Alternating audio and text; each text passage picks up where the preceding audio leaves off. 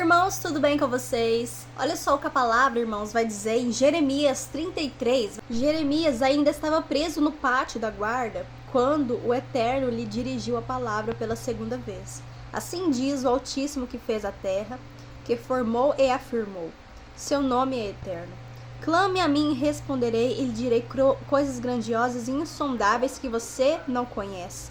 Porque assim diz o Eterno, o seu Elohim de Israel, a respeito das casas dessa cidade e dos palácios reais de Judá, que foram derrubados para servirem de defesa contra rampas do cerco e da espada. Na luta contra os babilônios, elas ficaram cheias de cadáveres dos homens que matarei no meu furor. Ocultarei dessa cidade meu rosto por causa de toda a sua maldade. Irmãos, aqui, nesse capítulo, Jeremias estava profetizando contra o povo de Israel, porque o Criador iria trazer a desgraça, a desolação e arrasar com a cidade, por conta que o povo estava praticando a idolatria. Eles tinham voltado as costas para o Criador e eles se recusavam a andar no caminho de obediência. Ali eles cultuavam Baal, eles levantaram altares a Baal, eles queimavam incenso a Baal. Eles praticavam o pecado da idolatria. Eles eram rebeldes. Eles estavam cometendo o pecado de rebelião, de rebeldia contra o Criador.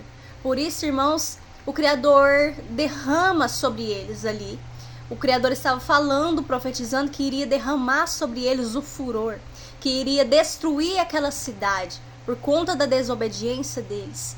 E isso, irmãos, não foi por causa de avisos, porque o Criador ele sempre deu a oportunidade, ele sempre enviava profetas, Isaías, Jeremias, para profetizar ao povo de Israel, para levar eles ao arrependimento. Só que eles se recusaram, eles eram rebeldes, eles praticavam a idolatria, e isso já estava cheirando mal ao Criador. E alguns deles, irmãos, muitos deles levavam os filhos, sacrificavam os filhos a um demônio, Moloque. E isso desagradava muito ao Criador. Isso era abominável diante do Criador. Só que, irmãos, nós sabemos que o nosso Criador, ele fere, só que ele também cura. Ele traz a destruição, a desolação sobre alguém, sobre a cidade, sobre uma nação. Só que ele mesmo cura. Quando aquela pessoa reconhece o erro, se arrepende e se volta a ele, ele concede graça, ele concede perdão. E olha o que diz aqui no versículo 6, vai dizer: todavia trarei restauração e cura para ela. Curarei o meu povo e lhe darei muita prosperidade e segurança. Mudarei a sorte de Judá e de Israel, e os reconstruirei como antigamente. Eu os purificarei de todo o pecado que cometeram contra mim, e perdoarei todos os seus pecados de rebelião contra mim. Então Jerusalém será para mim uma fonte de alegria, de louvor e de glória diante de todas as nações da terra, que ouvirem acerca de todos os benefícios que faço por ela. Elas temerão e tremerão diante da paz e da prosperidade que eu lhes concedo. Assim diz o Eterno.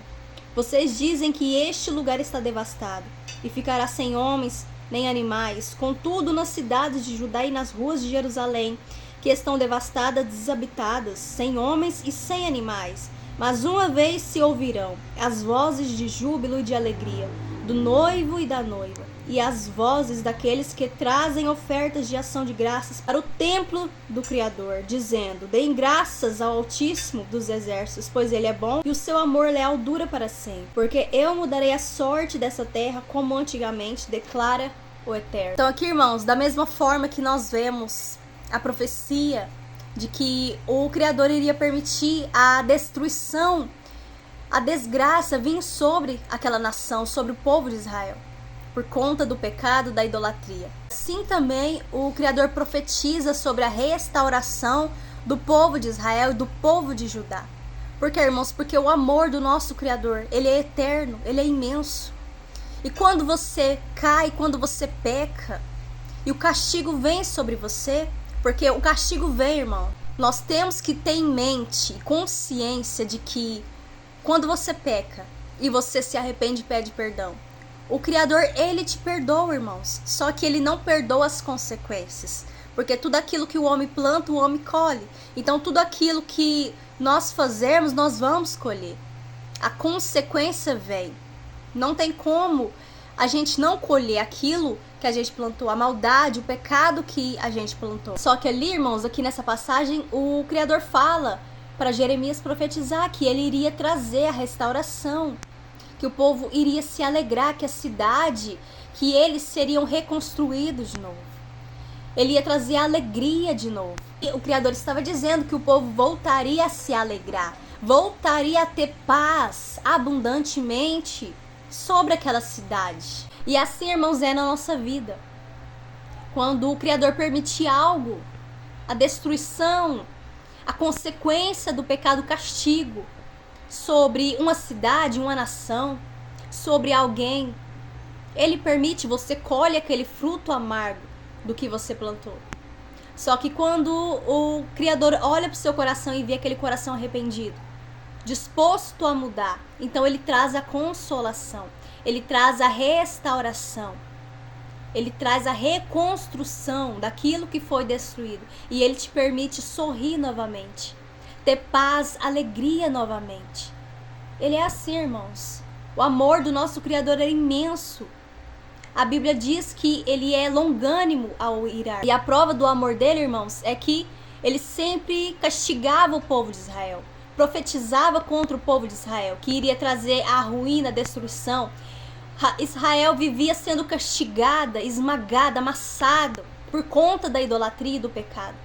Só que ao mesmo tempo nós vemos o amor, o cuidado do nosso Criador para com Israel, com o povo dele.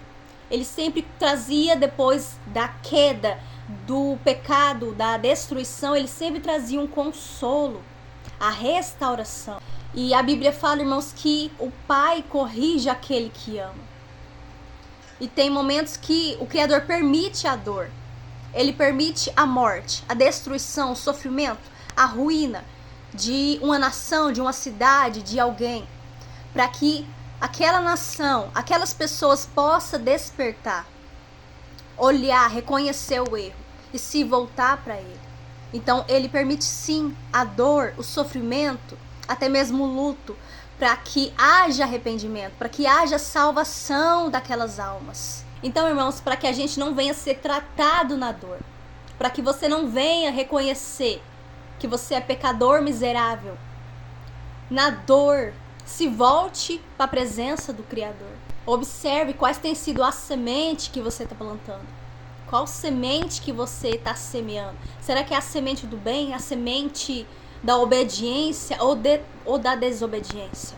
O que você tem gerado? O que você tem frutificado? E possamos analisar a nossa maneira de viver, a nossa maneira de andar. O que nós temos feito. Como está o nosso caráter diante do Eterno, diante dos olhos dele? Será que os nossos atos têm sido bons ou mal diante dele?